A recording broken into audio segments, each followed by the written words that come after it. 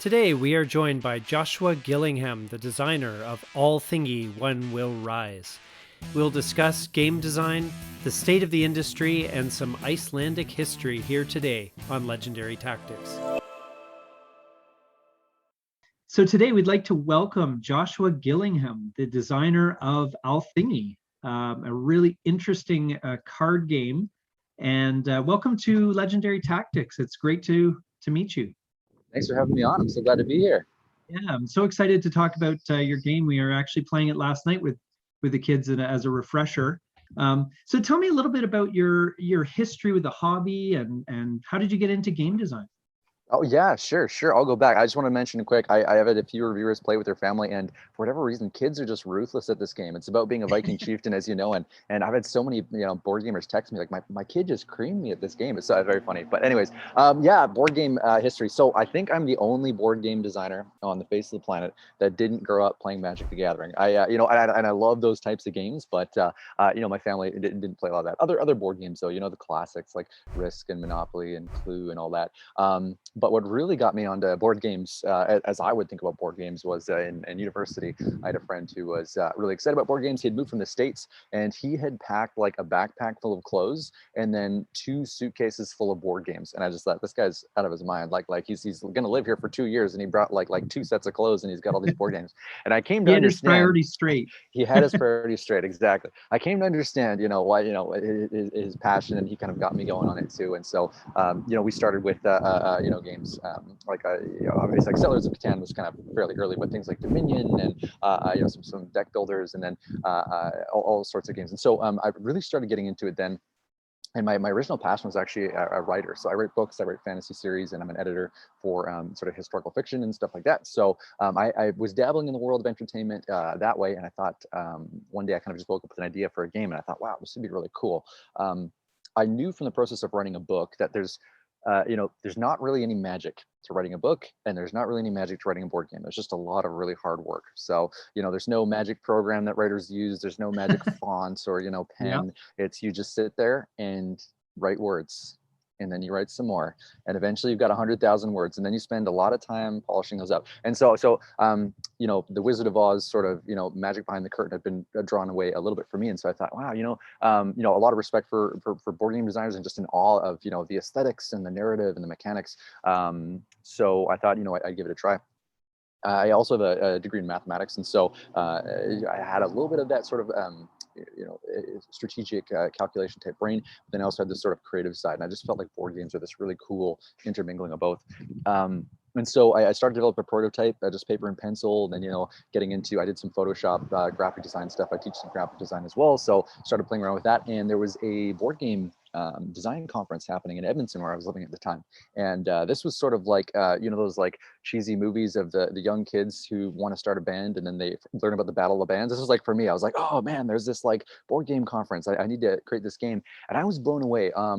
There were over 40 designers, and I think there was almost, because some people brought multiple games, I think there was almost 60 original games coming from Edmonton. And I was thinking to myself, as a Canadian, I know we're both Canadians here, how many board game designers could there be in Edmonton? And it turned out that the community was thriving.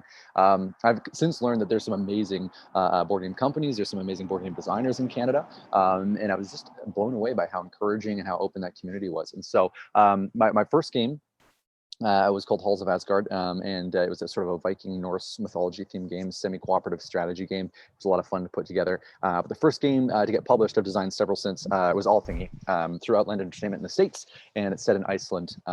So you're these Viking chieftains sort of vying for strength and influence. And you played the game, so you know what's going on there. But yeah, so how did you choose that theme? It seems like that's the first game I think I've played that's been set in Iceland of all places. So very cool, very cool. Well, yeah, funny story. The Althingi, it was the name of the government that the Vikings put together, because basically Europe is being Christianized. We're moving from a system of like small chieftaincies and these sort of local gatherings called things.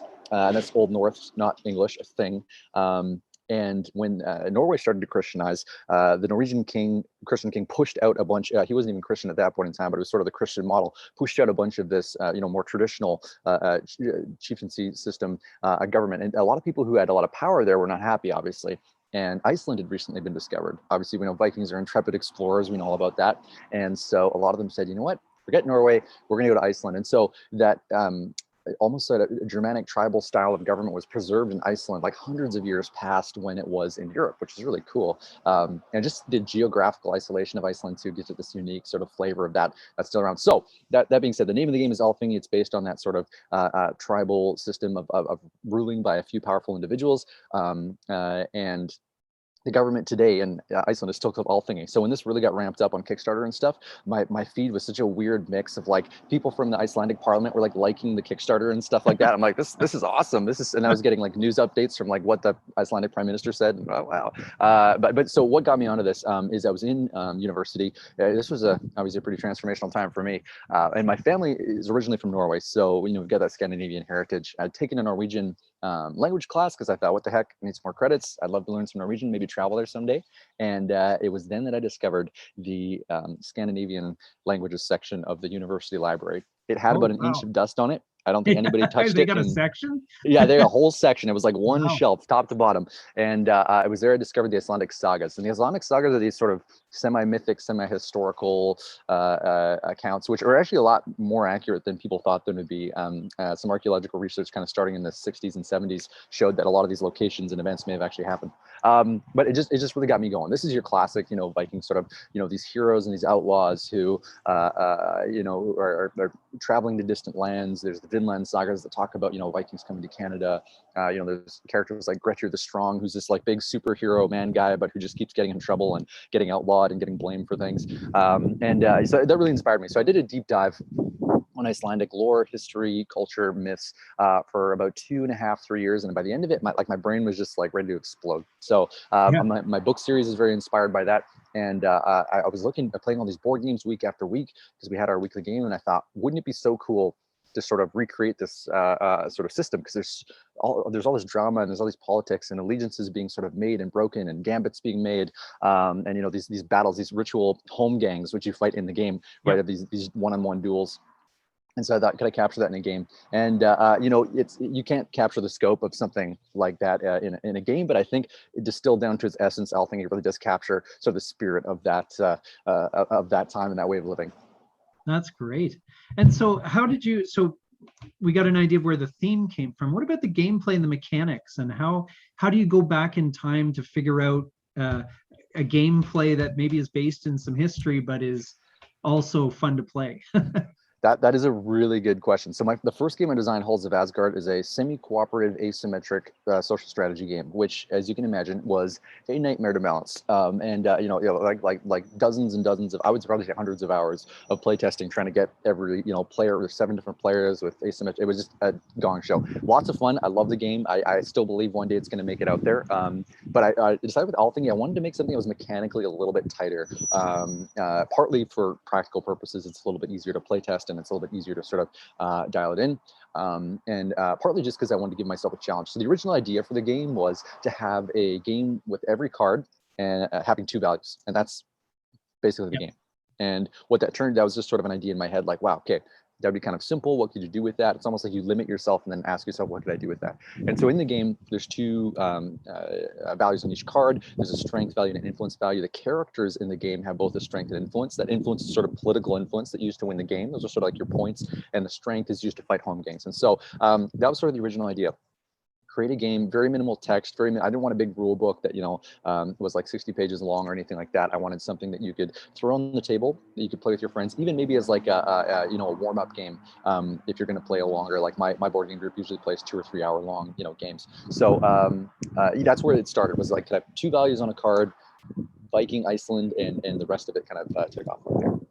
Yeah. Oh, interesting. So and then it just evolved from there to include the loot and the I don't know what you call preferences of the characters, that they like certain items to be given to them. They may swing them more towards your side than the other. Totally. So yeah, you get this loot, right? So you bribe Vikings with loot, because that was a big thing in this tribal system, is if you couldn't provide treasure to your followers, they're just like, well, we'll go to some guy who's rich enough to sort of pay us, right? So you're constantly, and it's it sounds like, oh well, that'd be great. You just have all this treasure and you give it out, and then you're all powerful. But this is really stressful for Vikings, right? Because Scandinavia is not like a very like rich place, and so this is one of the reasons that Vikings go raiding, is that to sustain their power as a tribal chieftain, they have to continually be bringing in treasure to satisfy their followers. And I think in the game, people really get a sense of that stress of like, I only have so much treasure, but I have to reserve some of these as weapons to fight, other Vikings because they're going to attack me. And there's always this play back and forth between, trying to wrest control of the Althingi by gaining the most influence, but also sort of fending off your attackers and you sort of making these temporary alliances to keep other people from rising too high. So, yeah. That's interesting. And what's the reception been to the game overall? Really good, really good. And actually, surprisingly, I when I first put out the game, same with stories. You're kind of like, is this good? Is this not? Like, I enjoy it. I think it's cool. The reception overall has been I've been blown away by. One of the things I've been most excited about is people love, before they even play the game, the aesthetic of the game, and I'm so happy with that because I took a bit of a different route in terms of publishing it. Is that I actually commissioned all, like I basically did half the publishing job. Like I commissioned the art, I did all the graphic layout and design, and then I started bringing this to publishers, and that's a bad idea for other designers. If it's your first game, don't do that. Just bring them like a crappy prototype that's like paper and pencil, and they'll make the art for it. But I'm not going to say I'm a control freak, but I was so, I had such a clear vision for what I wanted the game to look like that I was working with the artist. I was doing the graphic kind of layout design and updating as it went, and people love it.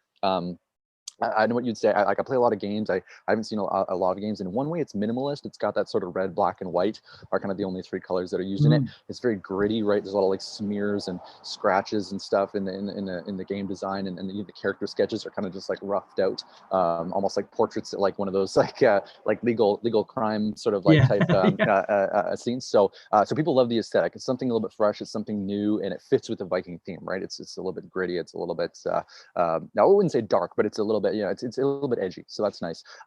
In terms of the gameplay too, a lot of people look at the cards and they're like, oh, it doesn't seem like there's a lot on here, but the mechanic is pretty unique. And you can maybe help me out with this. I've been on like several podcasts and obviously I've gone to like cons and stuff, and I haven't found another game that really, I wouldn't say it's like the Viking version of something. I think the mechanic, like I want to say it's like original. It's got some components borrowed from other, there's sort of like you're cycling through your resources and stuff and you're scoring points. But I think it brings something at least a little bit fresh to the game scene, which is not easy to do. Anybody who plays games or designs games know that there's like literally a dozen, 2 dozen games coming out every day. Like board games right now are just booming, and to bring anything original or that catches anybody's eye these days is an accomplishment. So I was relieved and pleased to see that was the case. And obviously the Kickstarter went well. It was backed and funded on its first go. So there was some attention brought there. And I think the selling point for a lot of folks, especially on Kickstarter, was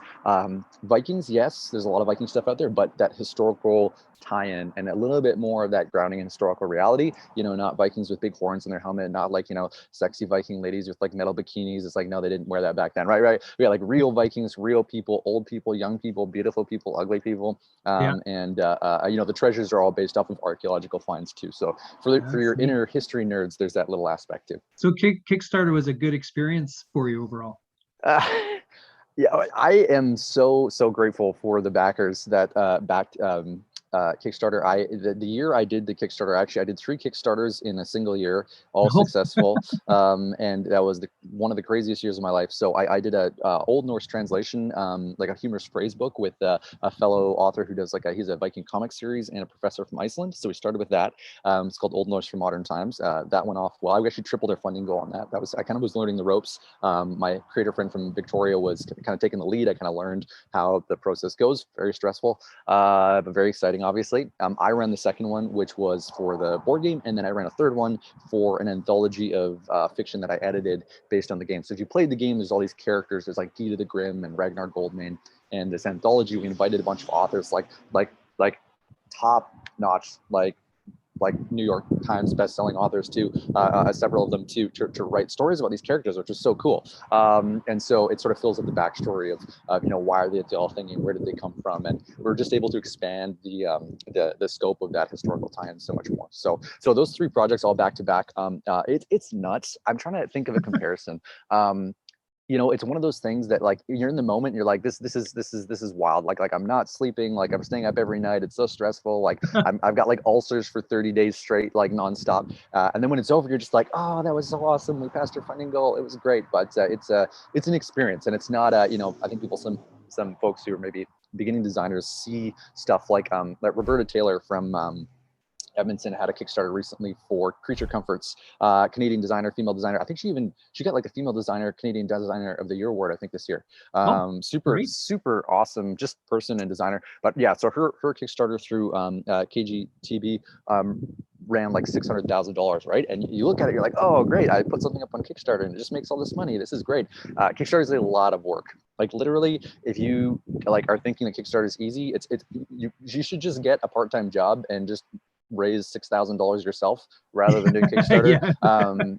You know, if you think it's easy, Kickstarter is a lot of work. So to treat it like a job, it's probably going to like 3 to 4 months up to the lead up, and then you know, then there's all the stuff afterwards. Thankfully, I was published through Outland Entertainment in the States, is a publishing outfit down there, and they took care of like shipping and all that sort of stuff. But yeah, Kickstarter is it's a beast. It's like consider it like a new career you're going into. Like you wouldn't just like start going over to people's houses and like fixing their electrical stuff. Like you would get a ticket and you would get some training, right? Like talk to industry professionals, get some mentoring and some coaching, yeah, really crunch the numbers. So anyways, Kickstarter, yes, great experience in that it funded, and you know, looking back on it was awesome. In the moment, it's a wild ride. Oh yeah.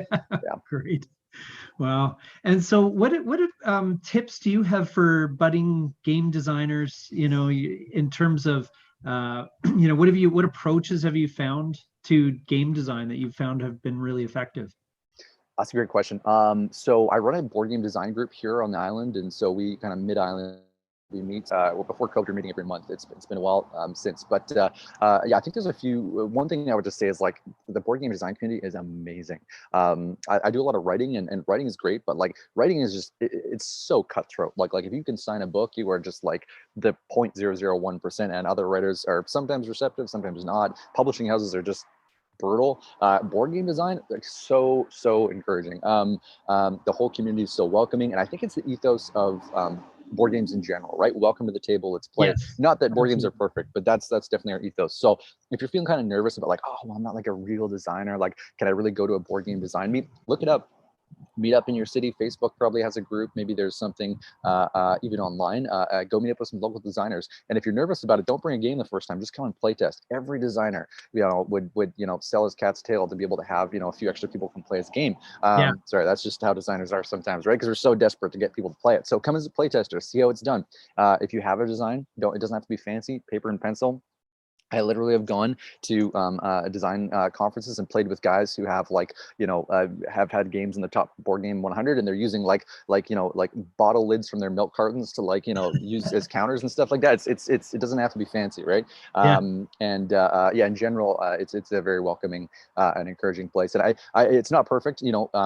We're continuing to kind of like make things more accessible, make things more accepting of you know, of all people, to make everybody feel welcome. But I would definitely encourage you to reach out. Yeah, I think that's where I'd start is go to some other board game designers. I would say what not to do is don't spend, you know, 6 months in your room creating this game, investing thousands of dollars in artwork, trying to teach yourself graphic design programs so that you can make it sort of kind of look professional, get a quote for 10,000 games, and then put it up on Kickstarter before anybody's ever even seen it. Like you got to get the game on the table. And that's one of the things that is a tough lesson. I mean, it's tough for everybody, but you know, you got to put your game on the table. When you put your game on the table, people are going to break it, not because they're trying to be mean. It's just, it's not perfect. And you need to go through this like design cycle of, you know, this idea you have put on the table, it breaks. Okay.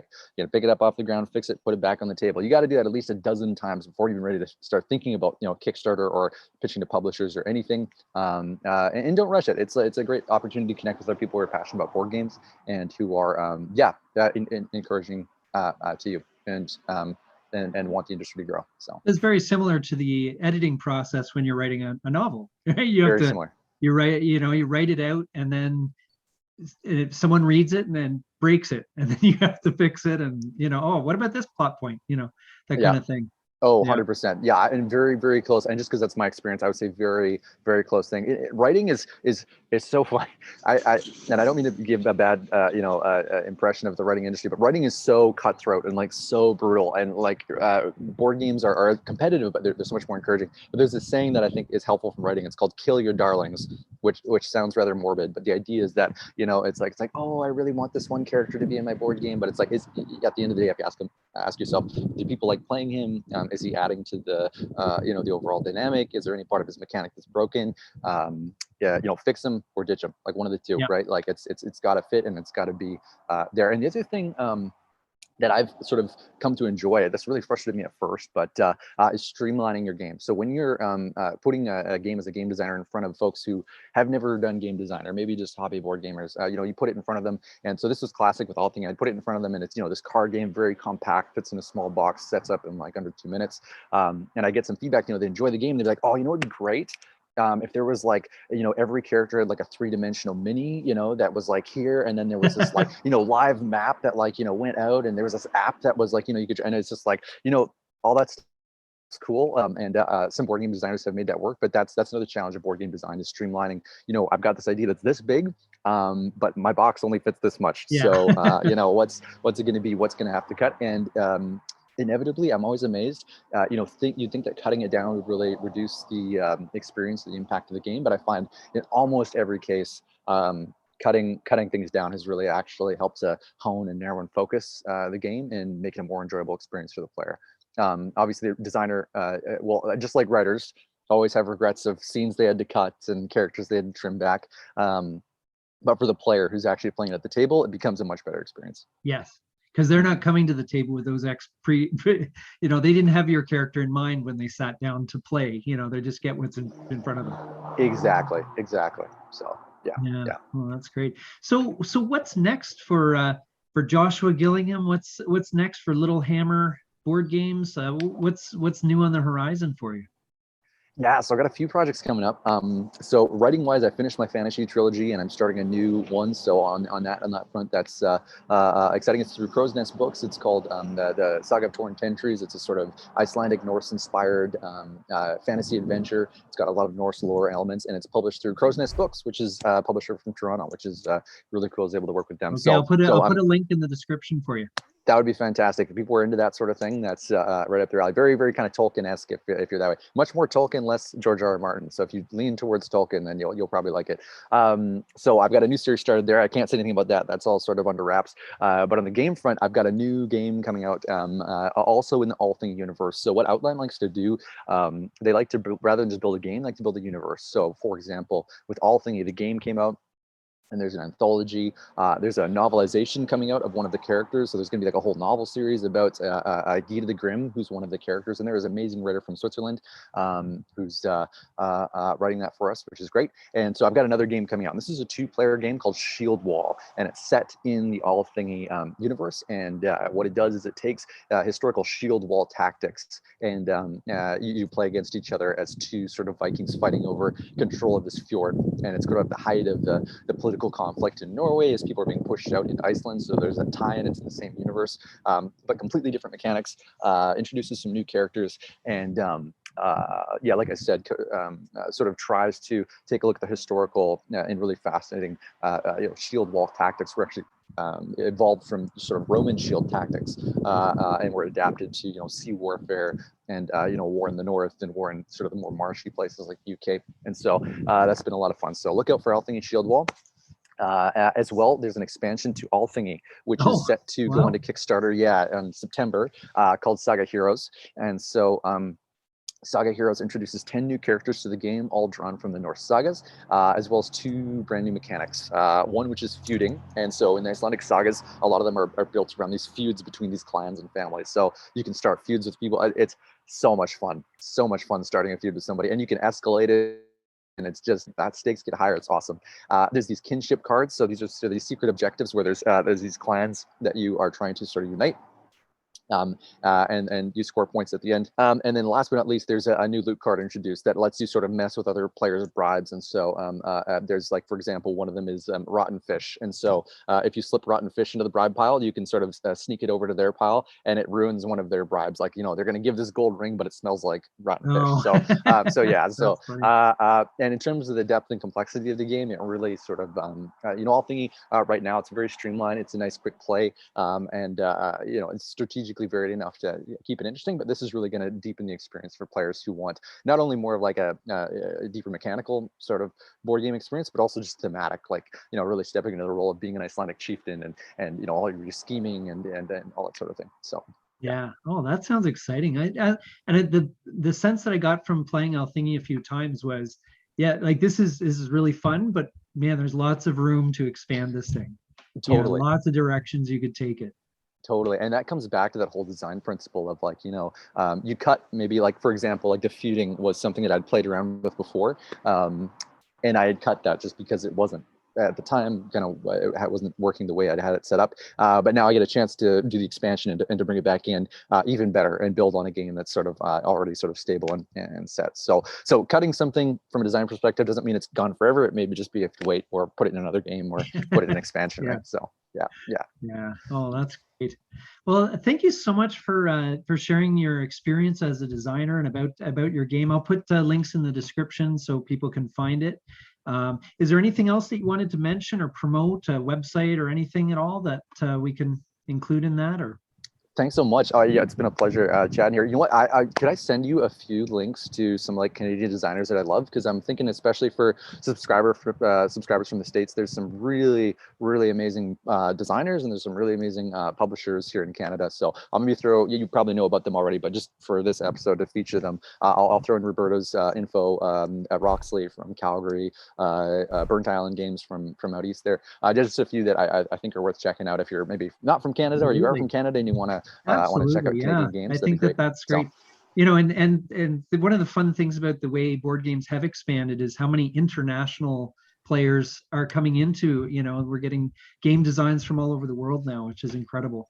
totally. And, you know, Kickstarter, actually, I had an app set up. So like as people came to the Kickstarter, it sort of, they went through a filter and it would say like where they were coming from. And it was amazing to be like, we've got backers from like Argentina and Russia and like South Africa. And it's like, yeah, it was really felt like a global sort of like effort to bring this thing to life. So that's cool. That's cool. I'm glad you're highlighting that too on the channel. Awesome. Well, thanks so much, Joshua, for spending some time with us. And it's been great to speak with you. My pleasure. Thanks so much, Nathan. Have a great day.